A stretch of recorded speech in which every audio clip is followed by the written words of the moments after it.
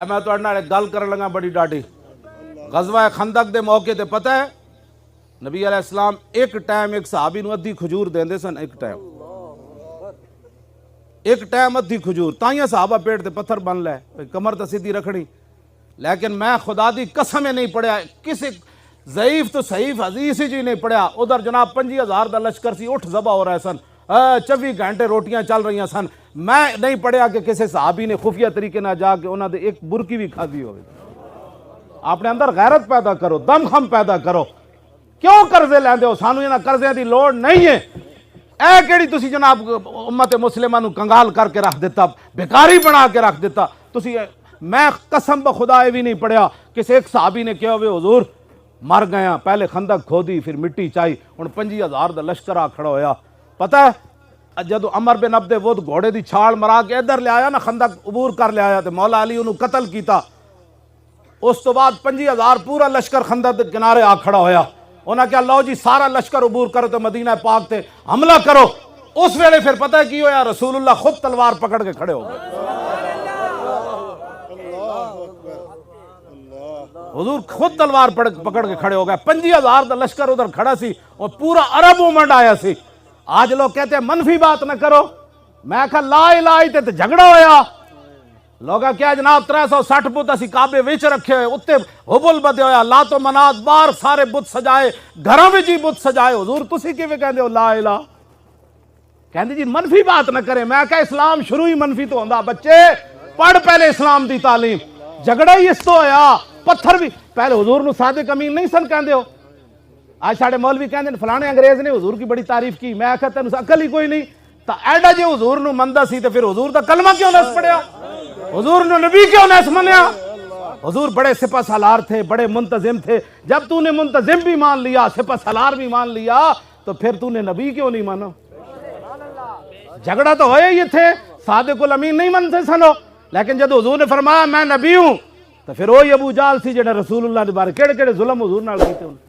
پھر حضور آخر مکہ چھوڑ کے مدینہ منورہ تشریف لے گئے، بدر وچ پھر آ گئے، اودے وچ پھر ایتھے ہی تے جھگڑا ہویا۔ تسی کیویں کہندے ہو جی ہور خدا کوئی نہیں، اسی گھراں وچ ہزاراں بت رکھے، کعبے وچ بت رکھے، تسی کیویں کہندے ہو لا الہ؟ جھگڑا تو ہویا ہی لا الہ تے۔ پھر 50,000 پورا عرب آ گیا، انہاں کہا جی تسی کیویں کہندے ہو لا الہ؟ ساڈے لوگ سانو کوئی سمجھ ہی انہاں نوں کوئی نہیں دین دی۔ ایتھے ہی تے گل ہوئی، اللہ دا نور تے بعد وچ آنا ہے نا، پہلے جھگڑا کرنا پینا ہے پوری دنیا نال۔ کہیں نہیں امن کی بات کرو، میں کہا امن کی بات، پھر لا الہ حضور نے فرمایا تو پھر پورا دنیا حضور دے خلاف ہو گئی، ہوئی کہ نہیں ہوئی؟ پھر لوگ ایتھے پتھر مار دیتے، امیر حمزہ دے جگر تے کلیجے لوگا کٹ دیتے، عبداللہ بن جاش تے نک کان کٹ کے مونج دی رسی پرو کے لوگ ہار بڑا چڑھے۔ کیڑیاں گلاں تسی کردے ہو؟ ساڑھے ہر بندہ نہیں امن کی بات ہو۔ میں کہا امن دی گل ادو ہوندی جدو بلال کعبے دی چھت تے چڑھ جان۔ ہاں جی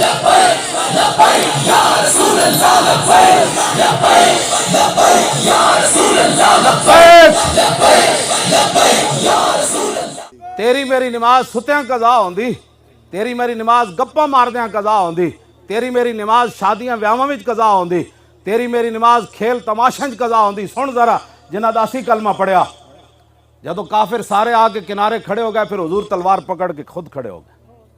لہو ہمم لا منتہا لکبائرہا وہمتہ الصغریٰ جل من الدہر۔ حضرت حسان فرما دے حضور دیاں وڈیاں بہادریاں دی تے انتہا ہی کوئی نہیں نا جی تو سب تو اے میں ویسے صغریٰ دا معنی ہی چھوٹا ہے، میں ویسے حضور دے بارے لفظ استعمال نہیں، لیکن ہے تے صغریٰ دا ہی لفظ۔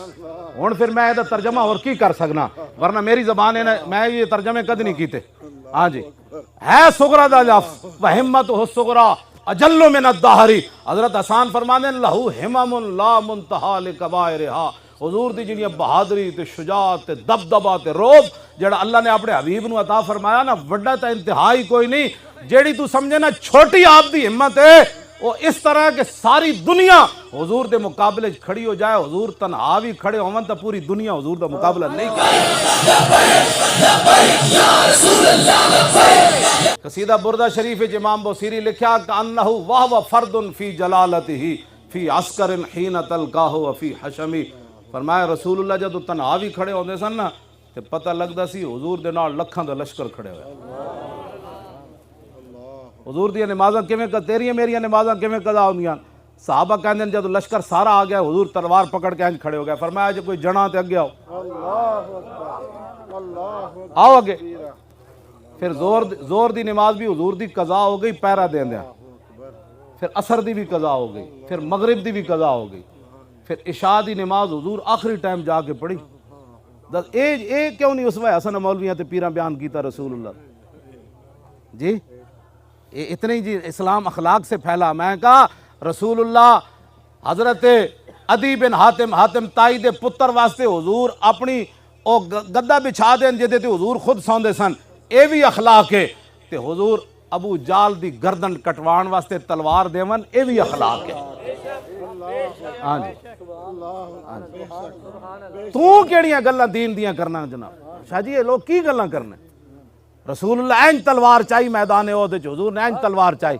فرمایا من یاخذ ھذا السیف بحقہ، فرمایا یہ میری تلوار کون لے گا جو اس کا حق ادا کرے۔ پتہ ہے تلوار تے کی لکھے ہوئے سی؟ وفی الاقبال مکرمۃ وفی الجبن عار والمرء بالجبن لا ینجو من القدر۔ حضور دی اپنی مبارک تلوار تے شعر لکھے ہوئے سی، آگے بڑھنا عزت ہے اور بزدلی انسان کے لیے بیسے ننگ و شرم ہے، اور کوئی بندہ اپنی بزدلی کی وجہ سے تقدیر سے نہیں بچ سکتا۔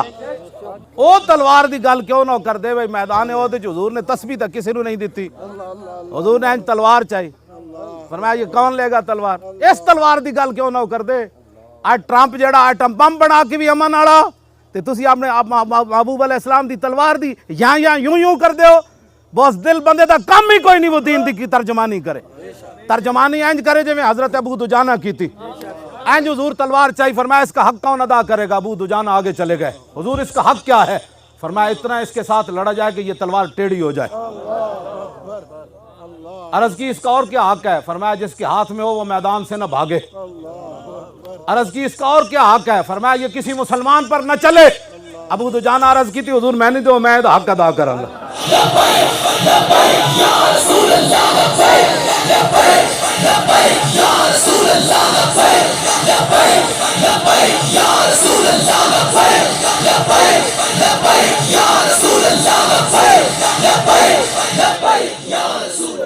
تسی ذرا انداز دیکھو، ابو دجانہ جب حضور کو تلوار لئی نا تو پھر این چلے، انا الذی عاہدنی خلیلی ونحن بالصفق لدى النخیل اللہ کو مدہر فی الکیولی اضرب بسیف اللہ والرسول۔